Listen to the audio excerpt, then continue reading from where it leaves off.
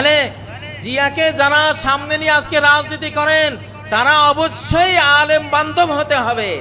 ইসলামী রাজনীতি এই দেশে স্বাধীনতার পরে 5 বছর বন্ধ ছিল, জিয়া এটাকে চালু করেছে। আল্লাহ জিয়াকে রহমত করুন, আমরা দোয়া করি।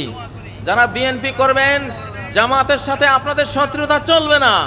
যারা বিএনপি করবেন, হেফাজতের সাথে আপনাদের শত্রুতা চলবে না। আমরা দেখছি, আমি সব দলকে একসাথে বসাবার জন্য একটা সংস্থা করেছি, বাংলাদেশ বিপ্লবী কমান্ড কাউন্সিল।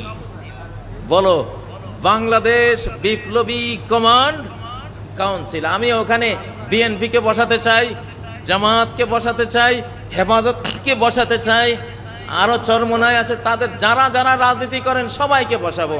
তারা নিজ নিজ দল নিয়ে তারা সব কাজ করবে, বাট জাতীয় ইস্যুগুলিতে স্বাধীনতা রক্ষা, অখণ্ডতা রক্ষা, নিরাপত্তা রক্ষার প্রশ্নে সকল দলকে এক জায়গায় বসিয়ে প্রয়োজনে মৃত্যু সৈনিক তৈরি করার ঘোষণা দেব ইনশাআল্লাহ।